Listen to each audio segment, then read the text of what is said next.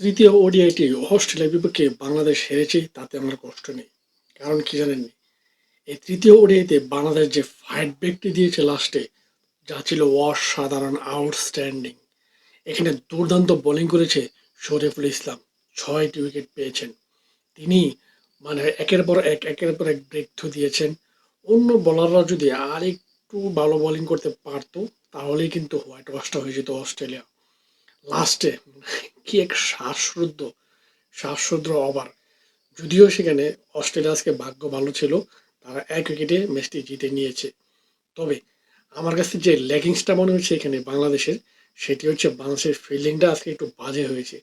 ফিল্ডিংটা আর একটু ভালো করতে পারলে আমার মনে হয় ম্যাচটা জিততে পারতো। তবে যাই হোক, বাংলাদেশ 21 বছর পরে ইতিহাস করেছে, অস্ট্রেলিয়ার বিপক্ষে সিরিজ জিতেছে 2-1। তবে অস্ট্রেলিয়াকেও কংগ্রেচুলেশন, তারা লাস্টে ওডিআইটি জেতার জন্য, এবং বাংলাদেশকে অভিনন্দন, তারা 2-1 এই সিরিজটি জিতে নিয়েছে। মুসাদ্দেক হোসেন 4 বছর পর বাংলাদেশ টিমে ঢুকেছেন এবং এসেই অস্ট্রেলিয়ার বিপক্ষে দারুণ পারফরমেন্স করেছেন।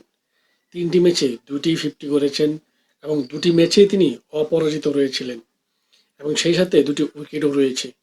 এবং তিনি এই সিরিজে তিনি প্লেয়ার দ্য সিরিজও হয়েছেন। দারুণ কামব্যাক।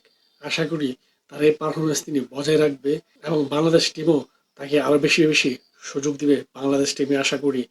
এবং শেষে তিনি ভালো পারফরমেন্সও করে দেখান। বাংলার বাঘিনীরা ওমেন্স বিশ্বকাপে নেদারল্যান্ডের সাথে 6 উইকেটে জয়লাভ করেছে। জয়রা ফেরদৌস বাংলাদেশের নতুন সুপারস্টার, দারুণ এক 50 করেছেন 33 বলে। তার দুর্দান্ত ব্যাটিংয়ের উপর ভর করে বাংলাদেশের মেয়েরা 6 উইকেটে জয় পেয়েছে নেদারল্যান্ডের বিপক্ষে। দারুণ এক জয় দিয়ে শুরু করেছে। কনগ্রাচুলেশন ওমেন্স ক্রিকেট টিমকে।